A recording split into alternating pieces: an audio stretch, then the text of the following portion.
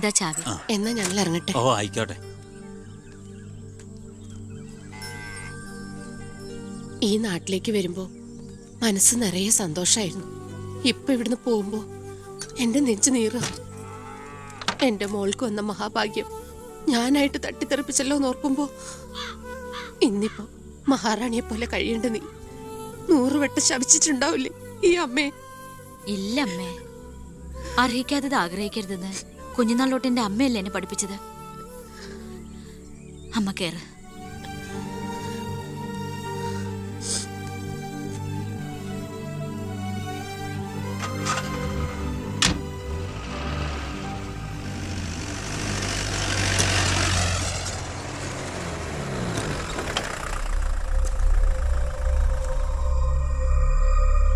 നിർത്തി വണ്ടി എടുക്കല്ലേ.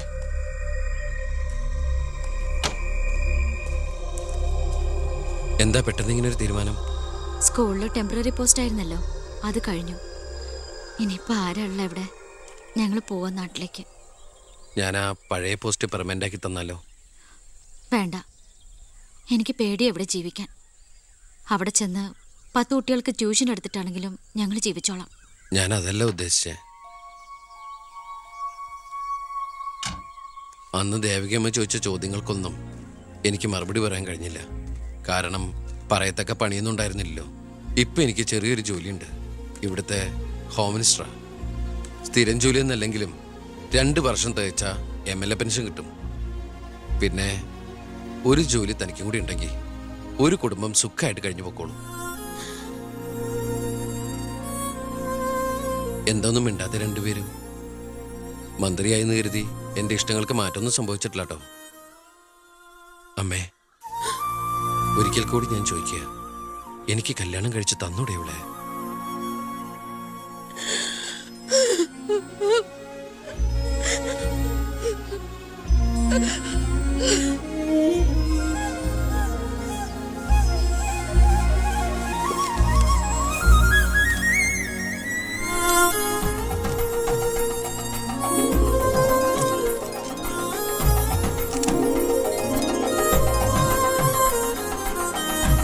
സാക്ഷികൾ ഒരു സാക്ഷിയുണ്ടേ, ഒന്ന് മടക്കിയ സാറേ.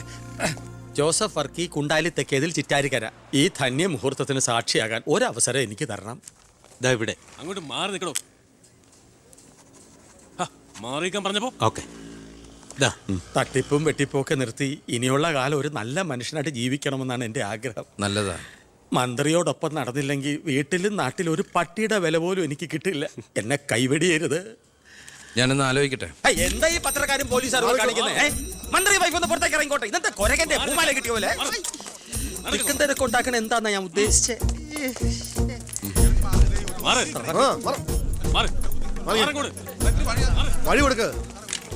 ഈ പാവപ്പെട്ട പെൺകുട്ടിയെ വിവാഹം കഴിച്ചത് പഴയ ബാല്യക്കാരുടെ മകളോട് ബാല്യകാലത്തിൽ തോന്നിയ കടുത്ത പ്രേമം കൊണ്ട് തന്നെയാണോ? നാട്ടുകാർ മുഴുവൻ നോക്കി നിൽക്കെ ഒരു ഗുണ്ട പഴപ്പിച്ച ഈ പെണ്ണിന് ജീവിതം നൽകിയത് ജനസിമ്പതി നേടി പ്രശസ്തി പിടിച്ചു വെക്കാൻ വേണ്ടിയല്ലേ?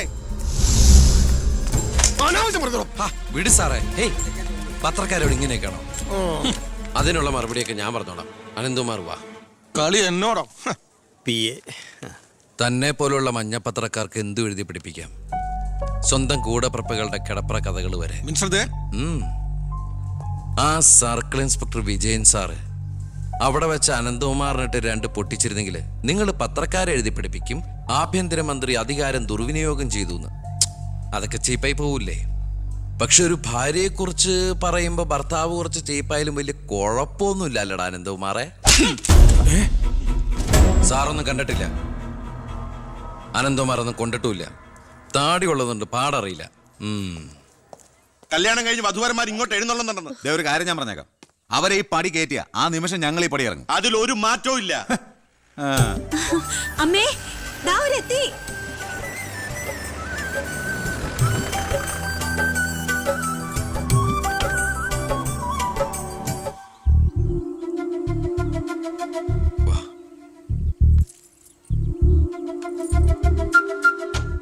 IAS IPS കയറി വന്ന ഈ വീട്ടിലേക്ക് ഇവിടുത്തെ വാലിക്കാരിയുടെ മോളെ കെട്ടിക്കൊണ്ട് കയറി വരാൻ നാണമില്ലേടാ നിനക്ക്?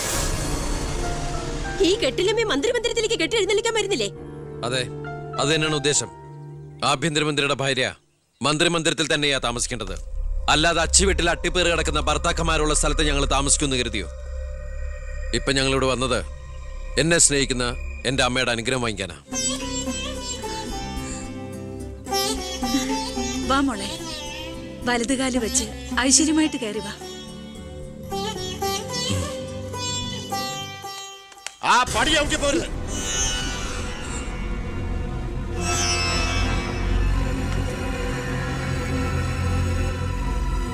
അച്ഛനെ എതിർത്ത് പറഞ്ഞും അച്ഛന്റെ നെഞ്ചത്ത് കുതിര കയറിയും അച്ഛനെ തോപ്പിച്ചും നീ ഒരു മന്ത്രി കസേര ഒപ്പിച്ചെടുത്തു.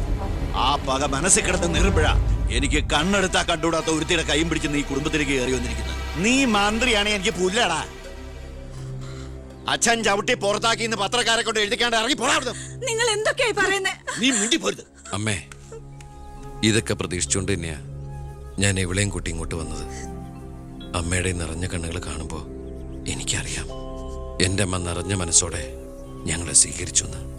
അനുഗ്രഹം ഉണ്ടാവണം, അത് മാത്രം മതി.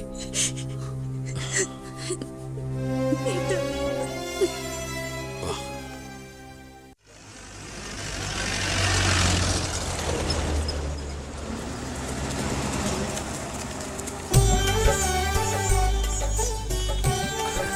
ഈ വീട്ടിലെ അച്ഛനും അമ്മയും പി എയും എല്ലാം ഞാനാ.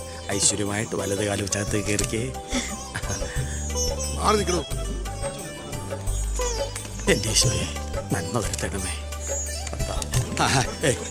ഇനിയെങ്കിലും അവരെ അവരുടെ മാത്രം ലോകത്തിലേക്ക് വിട്ടുകൂടെ? മന്ത്രിക്കുമില്ലേ ഫസ്റ്റ് നൈറ്റ് റൊമാൻസും ഒക്കെ? പ്ലീസ് എല്ലാവരും ഒന്ന് പുറത്തേക്ക് ഇറങ്ങി. പ്ലീസ് പ്ലീസ് പറയുന്ന കേൾക്കൂ പ്ലീസ്.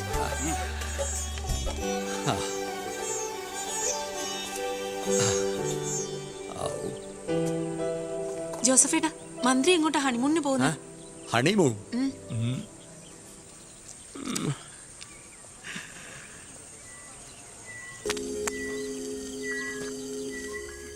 എടോ, ജയിലുകളൊക്കെ താൻ പിടിച്ച ഗുണ്ടകളെ കൊണ്ട് ഫുള്ളാ. 3 സെൻട്രൽ ജയിലുകളിലും ഹൗസ്ഫുൾ ബോർഡ് എഴുതി തൂക്കിയിട്ടിരിക്കുക. ആ ഗുണ്ടകൾക്കൊക്കെ ഉണ്ട കൊടുക്കാൻ തന്റെ അച്ഛൻ കട്ടുണ്ടാക്കിയ കാശ് കൊണ്ടുവരോ? പോലീസ് ഇപ്പൊ അങ്ങോട്ട് ഓടുന്നു ഇങ്ങോട്ട് ഓടുന്നു. ഈ മൂത്രം ഒഴിച്ചിട്ടല്ല ജീപ്പ് ഓടുന്നത്, പെട്രോൾ ഒഴിച്ചിട്ടാ.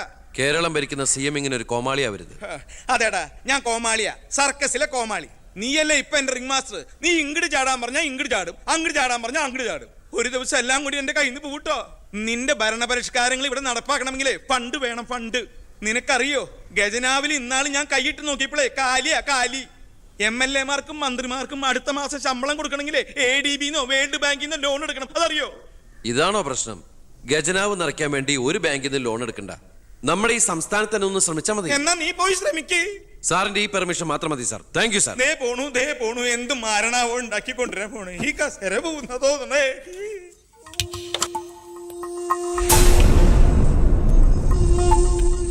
15 വർഷങ്ങൾക്ക് മുമ്പ് ഈ മന്ത്രി ദിവാകരന് ഇലക്ഷനിൽ മത്സരിക്കാൻ കെട്ടിവെക്കാനുള്ള പണം പോലും പാർട്ടിക്ക് സംഭാവന ചെയ്യുന്നു. പക്ഷെ ഇന്ന് അയാൾക്ക് കൊട്ടാര സദൃശമായ ബംഗ്ലാവുകളും മെട്രോ നഗരങ്ങളിലെ ഷോപ്പിംഗ് കോംപ്ലക്സുകളും അടക്കം കോടികളുടെ ആസ്തിയുണ്ട്. രാജൻ ജോസഫ് എന്ന പേരുള്ള ഒരാളുടെ പഞ്ചനക്ഷത്ര ഹോട്ടലുകളാണിതെല്ലാം, 9 എണ്ണം. ഇങ്ങനെ ഒരാൾ ഈ ഭൂമി മലയാളത്തിലില്ല എന്നുള്ളതാണ് സത്യം.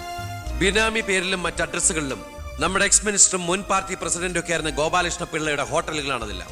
ഏകദേശം 100 കോടിയോളം ആസ്തി വരുന്ന ഈ വസ്തുക്കൾക്ക് ആളോ അവകാശങ്ങളോ ഇല്ലാത്തതിനാൽ നമുക്കിത് ഗവൺമെന്റിലേക്ക് കണ്ടുകെട്ടാം. ഒന്ന് നിർത്തണം. ലൈറ്റ് ഓൺ ചെയ്യ്.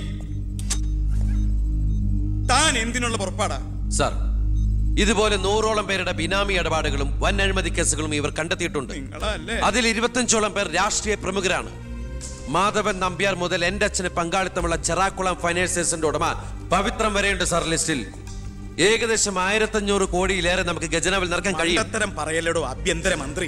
ഇവരെ ഒന്നും നമുക്ക് തൊടാൻ പറ്റില്ല. മന്ത്രിസഭ നിലനിർത്താനും MLA മാരെ ചാക്കിട്ട് പിടിക്കാനും തെരഞ്ഞെടുപ്പിന് കോടികൾ വാരി വിതറാൻ കഴിവുള്ള പൊളിറ്റിക്കൽ കിങ് മേക്കേഴ്സ് ആണ് ഇവരൊക്കെ. എന്തായാലും ഇവർക്കെതിരെ ആഞ്ഞടിക്കാൻ തന്നെയാണ് എന്റെ തീരുമാനം. ആഞ്ഞടിക്കാൻ നീ ആരാ? കൊടുങ്കാറ്റോ അതോ കത്രീനയോ? സാർ, ഞാൻ പറയുന്നത് എന്താന്ന് വെച്ചാല്, നീ എന്ത് പറഞ്ഞാലും അത് നടക്കില്ല. കോടതിയും നിയമവും മന്ത്രിസഭയും ഒക്കെ വിലക്ക് വാങ്ങാൻ ആസ്തിയുള്ളവരായിട്ട് ഒരു ഏറ്റുമുട്ടൽ ഞാൻ സമ്മതിക്കില്ല. വേണ്ട. സാറിനൊരു കാര്യം അറിയോ? നമ്മുടെ കേരളം ഭരിക്കുന്ന മുഖ്യമന്ത്രിക്ക് എത്ര കോടികളുടെ ആസ്തിയുണ്ടെന്ന്? തമിഴ്നാട്ടിലും കർണാടകത്തിലും ഒക്കെ ആയിട്ട് എത്ര ഏക്കർ ഭൂസ്വത്തുണ്ടെന്ന്? ഒരു ദരിദ്ര കുടുംബത്തിൽ ജനിച്ച് ഇപ്പൊ കോടീശ്വരനായി ജീവിക്കുന്ന ആ മുഖ്യന്റെ കഥ ഞാനൊന്ന് വിവരിക്കാം സാർ. Lights of. എന്ത് സാറിന് കാണണ്ടേ? നിർത്തടോ. കേരളം ഭരിക്കുന്ന ആ മുഖ്യമന്ത്രി ഞാനല്ലേ. ഞാനിപ്പോ എന്താ ചെയ്യണ്ടേ? അയ്യർ സാറേ, സാർ, അതുകൊണ്ട് കൊണ്ടുപോവാ. ദേവരന് അടുത്ത മാരണം. വിദേശ നിക്ഷേപങ്ങൾ വ്യവസായവൽക്കരണത്തിന് എങ്ങനെ പ്രയോജനപ്പെടുത്താമെന്ന് എന്റെ ചർച്ചയ്ക്കായി മലയാളി സംഘടനകളുടെ പ്രത്യക്ഷണം സ്വീകരിച്ച സാറും സാറിന്റെ പിയും അമേരിക്കയിലേക്ക് പറക്കുന്നു. ദാ നിങ്ങൾക്ക് രണ്ടുപേർക്കുള്ള വിസയും ടിക്കറ്റും.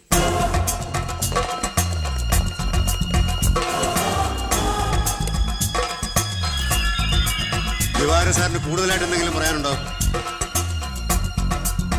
എല്ലാം നോട്ട് ചെയ്തോളൂ. തിരുപ്പള്ളി സാർ ഒന്ന് സൈൻ ചെയ്യണം. Prathap, take it sir.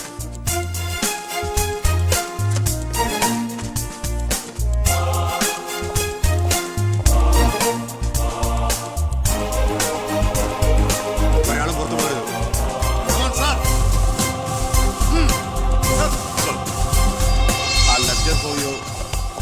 Mister Pavithran, we want search your office. എന്താ ഇതാ search warrant. Take a lock. ആ ലോക്കറിന്റെ കീ എടുക്ക്. ലോക്കർ തുറക്ക്.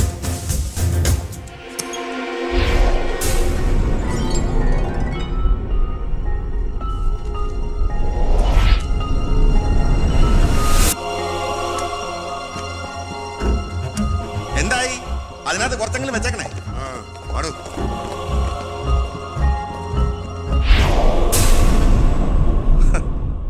ഞാൻ ഒരു കാര്യം പറഞ്ഞേക്കാം, എന്തൊക്കെയായാലും ആഭ്യന്തരം രാജിവെക്കണം. 5 or 6 കോടി എഴുതിയിട്ടാണ് പ്രതിപക്ഷത്തുള്ള ഏതെങ്കിലും ഒരു ഘടകകക്ഷിയെ KDF-ൽ ചേർത്ത് എണ്ണം തയ്ക്കണം. എന്നിട്ട് അവനെ പുകച്ച് പുറത്ത് ചാടിച്ചോടിക്കണം. അതിന് കാശ് എവിടോ? മർമ്മം നോക്കിയല്ലേ അവൻ കുത്തിയിരിക്കുന്നത്. വിഷം മേടിക്കാൻ പോലും കാശില്ലാത്ത അവസ്ഥയാ. എല്ലാം തൂത്തുവാരി ഖജനാവ് നിറച്ചിരിക്കല്ലേ അവൻ. എന്റെ 10 കോടി രൂപയല്ലേ പോയത്. ആ ഗോപാലകൃഷ്ണനായിട്ട് സ്വത്ത് മുഴുവൻ കണ്ടുകെട്ടി. ഒന്ന് പതുക്കെ പറയടോ, പുറത്ത് കേട്ടാല് പിടിച്ചകത്താകും. കള്ളപ്പണമാ. അവനെ അങ്ങ് തട്ടിക്കളഞ്ഞാ പോരെ. അതിന് പറ്റിയ വാടക ഗുണ്ടകൾ പോലും ഇന്ന് കേരളത്തിലില്ല. എല്ലാത്തിനും പിടിച്ച് അകത്താക്കില്ലേ. ഇനി ഇപ്പൊ ആരെങ്കിലും പുറത്തുനിന്ന് ഇറക്കിയാൽ തന്നെ അവരെയും പിടിച്ച് അവന്റെ പോലീസ് വെടിവെച്ചു കൊല്ലും. ആ വഴിയൊന്നും അത്ര എളുപ്പമല്ല. അവന് അവന്റെ ചിഹ്നത്തിന്റെ സ്വഭാവ. സിംഹത്തിന്റെ. കാട്ടിൽ ആനയുണ്ട്, പുലിയുണ്ട്, കഴുതുണ്ട്. പക്ഷെ ആരാ കാട്ടിലെ സിംഹം? സിംഹം. അവൻ ആനയുടെ മഷിക്കും വരെ കേറിടിക്കും. അതൊന്നും നെറ്റിന്ന് മലയാളത്തിൽ പറഞ്ഞാൽ അയ്യ, അതൊക്കെ വിദ്യാഭ്യാസം ഇല്ലാത്ത ആൾക്കാർ പറഞ്ഞതാണ്. വിദ്യാഭ്യാസമുള്ളവർ പറയും മഷിക്കും. അമേരിക്കയിലേക്ക് ലൈൻ പോണു. സീമിന്റെ മൊബൈൽ റിംഗ് ചെയ്യുന്നത്. Hello hello hello. കട്ടായി. എന്റെ മൊബൈലിൽ നിന്ന് വിളിക്കാം. ഞാൻ ഇന്നലെ കൂടി വിളിച്ചല്ലേ ഉള്ളൂ. പൊറ്റക്കുഴിയാണ്. ഹലോ, നിങ്ങൾ ക്യൂബിലാണ്? ഇല്ല, സത്യമായിട്ടില്ല. നിങ്ങൾ ക്യൂബിലാണ്. ദയവായി ഒരാഴ്ച കഴിഞ്ഞ് വിളിക്കുക. ശരിയാ, ക്ഷമിക്കണം. നമ്മൾ ക്യൂവിലാണ്, ഒരാഴ്ച കഴിഞ്ഞ് വിളിക്കാൻ. നമ്മൾ ക്യൂവിലാന്ന് അമേരിക്കയിൽ എങ്ങനെയായിരുന്നു? ഏടോ, അമേരിക്ക വളരെ വലുതായി പോയില്ലേ. അവരെ മറ്റേ സുനാപ്പി വെച്ച് നോക്കിയാണ്. അവൻ രാഷ്ട്രീയ ആചാര്യന്മാരെ പോലും കളി പഠിപ്പിക്കല്ലേ. അവനെതിരായി KDF-ന്റെ എല്ലാ MLA-മാരും തിരിഞ്ഞു കഴിഞ്ഞു. ഇക്കണക്കിന് പോയാൽ ഈ മന്ത്രിസഭ താഴെ വീഴും. പ്രതിപക്ഷം ഭരണപക്ഷത്തിന്റെ തകർച്ച കണ്ടു മിണ്ടാതിരിക്കോ? അവനെന്ന് പത്രക്കാരോട് പറഞ്ഞില്ലേ, അച്ഛൻ നിരപരാധിയാണെന്ന് കോടതിയിൽ തെളിഞ്ഞാൽ പാർട്ടി ആവശ്യപ്പെട്ടാൽ മന്ത്രിസ്ഥാനവും MLA സ്ഥാനവും രാജിവെച്ച് അച്ഛന് വീണ്ടും അവസരം നൽകുമെന്ന്. അതിൽ പിടിക്കണം. പാർട്ടി ആവശ്യപ്പെടണം, അവനെ കൊണ്ട് രാജിവെപ്പിക്കണം. അതിന് അച്ഛൻ ഈ കേസ് ജയിക്കണം. അച്ഛന്റെ പേരിലുള്ള മണിമലയാർ കേസ് തള്ളിപ്പോയതുപോലെ ഈ കൊലക്കേസും തള്ളിപ്പോകും. ഈ കേസ് ഞാൻ ജയിപ്പിക്കും. അച്ഛന് വേണ്ടി ഞാൻ എന്തും ചെയ്യും.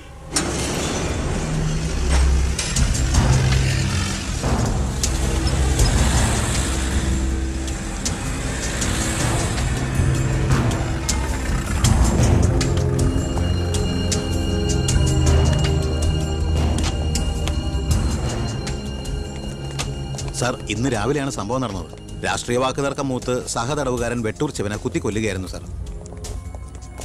കൂർത്ത കമ്പി ഉപയോഗിച്ചാണ് പ്രതി കൃത്യം നടത്തിയത്. പ്രതിയെ കോടതിയിലേക്ക് കൊണ്ടുപോയിട്ടുണ്ട് സാർ.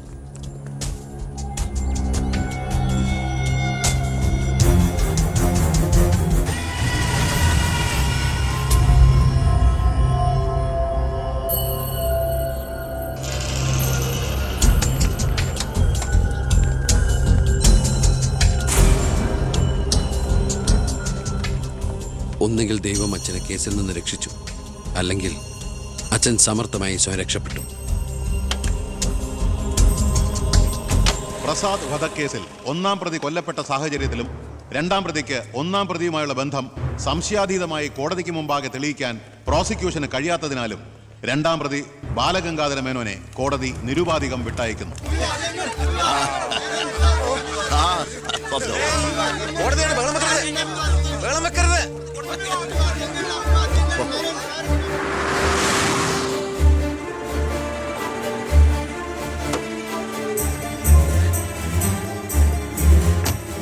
ലക്ഷ്മി, ലക്ഷ്മി, അറിഞ്ഞോ നീ? ഞാൻ കേസ് ജയിച്ചടി. ഞാൻ നിരപരാധിയാണെന്ന് കോടതിക്ക് ബോധ്യായി. പത്രക്കാരുടെയും ടി വിക്കാരുടെയും മുമ്പിൽ വെച്ച് നിന്റെ പുന്നാരമോൻ വീരവാദം മുഴക്കിയതല്ലേ? ഞാൻ നിരപരാധിയാണെന്ന് തെളിഞ്ഞാൽ എനിക്ക് വേണ്ടി മന്ത്രിസ്ഥാനം രാജിവെച്ച് ഒഴിഞ്ഞോളാമെന്ന്. നീ ചെന്ന് പറയടി അവനോട് രാജിവെക്കാൻ. നിങ്ങൾക്ക് എന്താ ഭ്രാന്ത് പിടിച്ചോ? ഭ്രാന്തായിരുന്നടി, അധികാരം കയ്യില്ലാത്ത എന്റെ ഭ്രാന്ത്. എനിക്ക് അറിയാൻ പാടില്ലാണ്ട് ചോദിക്കുക, നിങ്ങൾക്ക് ഇതുവരെ മന്ത്രിയായി കൊതി തീർന്നില്ലേ? ഇല്ല, എന്റെ ഏറ്റവും വലിയ ലഹരിയ അധികാരം, മന്ത്രിസ്ഥാനം. മനസ്സിലാവില്ല നിനക്കൊന്നും. എനിക്ക് മന്ത്രിയായിട്ട് തന്നെ ജീവിക്കണം, മന്ത്രി കസേരയിൽ ഇരുന്ന് തന്നെ മരിക്കണം. നിനക്കറിയോ, അധികാരം നഷ്ടപ്പെട്ടത് മുതൽ മനസമാധാനത്തോടെ ഞാൻ ഉറങ്ങിയിട്ടില്ല. വീണ്ടും മന്ത്രിയാകുക എന്നുള്ള എന്റെ ഒരു വാശിയടി. നീ അവനോട് വാക്കുപാലിക്കാൻ പറയടി. ഇതൊക്കെ നേരിട്ട് ചെന്ന് പറഞ്ഞാ മതി. എന്താ നിനക്ക് പറഞ്ഞ? എന്നെ കൊണ്ട് പറ്റില്ല, അത്ര തന്നെ. ഓ, മന്ത്രിസ്ഥാനം പോയതോടെ നിനക്കും എന്നെ വേണ്ടതായില്ലേ? എന്നെ അനുസരിക്കാൻ കഴിയില്ലെങ്കിൽ പൊയ്ക്കോ ആഭ്യന്തരമന്ത്രിയുടെ വീട്ടിലേക്ക്. ബാക്കിയുള്ള ജീവിതം മോന്റെ കൂടെ തന്നെ അവിടെ. എന്താ അച്ഛ ഇങ്ങനെ? അച്ഛനൊഴികെ ഈ നാട്ടിലെല്ലാവരും വാനോളം പുകഴ്ത്ത ഏട്ടന് ഇങ്ങനൊരു മന്ത്രിയെ കിട്ടിയതിൽ അഭിമാനിക്കുക. മക്കൾ തങ്ങളെക്കാൾ വലുതാവണമെന്ന് എല്ലാ അച്ഛനമ്മമാരുടെ ആഗ്രഹം.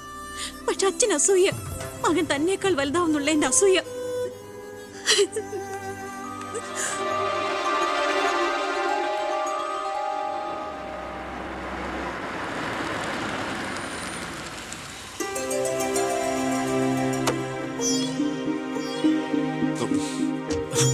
അമ്മേ, ശാരി, ഇത് ആരാ വന്നിരിക്കുന്നത് നോക്കിയേ. വാമേ. അമ്മേ, നീ പോയൊരു ചായ ഉണ്ടാക്കി കൊണ്ടുവാ. നിന്റെ കൈപ്പുണ്യം അമ്മ അറിയട്ടെ. വാമേ. അമ്മയ്ക്ക് ഇങ്ങോട്ട് വരാൻ അച്ഛൻ പെർമിഷൻ തന്ന നിലയ്ക്ക് അമ്മയുടെ ഈ വരവിന് എന്തോ ഒരു ലക്ഷ്യമുണ്ടല്ലോ. എന്താ എന്താ അമ്മയുടെ മുഖത്തിനൊരു വാട്ടം? ഇത് സന്തോഷിക്കേണ്ട സമയമല്ലേ? അച്ഛനാണെങ്കിൽ കേസെല്ലാം ജയിച്ചു, മകനാണെങ്കിൽ ഹോം മിനിസ്റ്റർ. ഞാൻ മാറി താമസിക്കുന്നു എന്നതൊഴിച്ചാൽ വേറൊരു പ്രശ്നവും ഞാൻ അമ്മയെ കാണുന്നില്ല. പറയമ്മേ, എന്താ പ്രശ്നം? എന്തിനാടാ നിനക്ക് ഈ മന്ത്രിസ്ഥാനം? നീ രാജിവെക്കണം. അപ്പോ അച്ഛൻ ഇതിനാണ് അമ്മ ഇങ്ങോട്ട് അയച്ചത്? നിന്നോട് യാചിക്കാൻ വേണ്ടിയാണ് ഞാൻ വന്നത്. അമ്മ എന്ത് പറഞ്ഞാലും ഞാൻ ഇതുവരെ അനുസരിച്ചിട്ടേ ഉള്ളൂ. പക്ഷേ ഈ കാര്യത്തിൽ അമ്മേനോട് ക്ഷമിക്കണം. ഇപ്പൊ ഞാൻ അമ്മയെ അനുസരിച്ച അത് എന്നെ ജയിപ്പിച്ചു വിട്ട ജനങ്ങളോട് ഞാൻ ചെയ്യുന്ന വഞ്ചനയായിരിക്കും. അത് തന്നെയല്ല, തുടങ്ങി വെച്ച ഒരുപാട് കാര്യങ്ങൾ എനിക്ക് പൂർത്തീകരിക്കാനുണ്ട്. അതുകൊണ്ട് തൽക്കാലം എനിക്ക് രാജിവെക്കാൻ നിർവാഹമില്ലെന്ന് അമ്മ ചെന്ന് അച്ഛനെ പറഞ്ഞ് മനസ്സിലാക്കണം. കുടുംബ ബന്ധങ്ങൾ മറന്ന് നീ മന്ത്രിയായിട്ടിരുന്ന നാട് നന്നാക്ക്. അച്ഛനും അമ്മയും നിനക്ക് വേണ്ടല്ലോ. അമ്മേ, ഞാൻ പറയുന്നത് നീ എന്നോട് മിണ്ടണ്ട.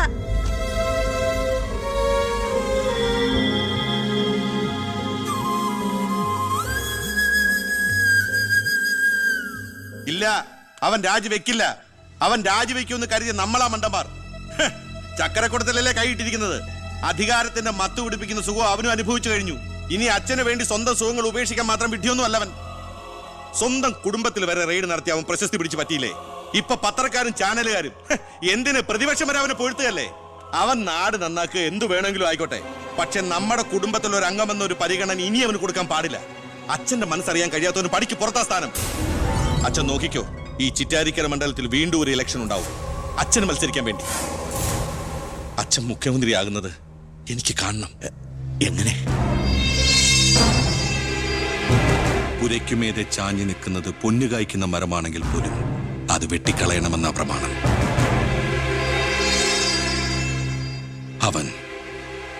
അവൻ ഇല്ലാതാകണം.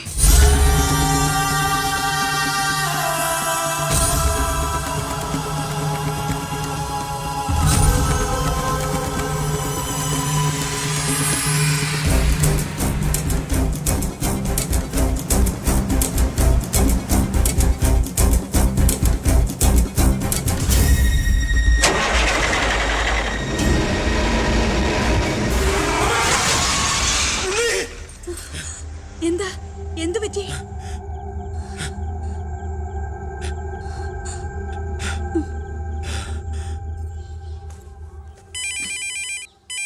ഞാൻ എടുത്തോളാം. ഹലോ. ഉണ്ണി, ഉണ്ണി, ഉണ്ണി, നീ എന്താടാ ഒന്നും ഉണ്ടാത്ത? അച്ഛാ, ഞാൻ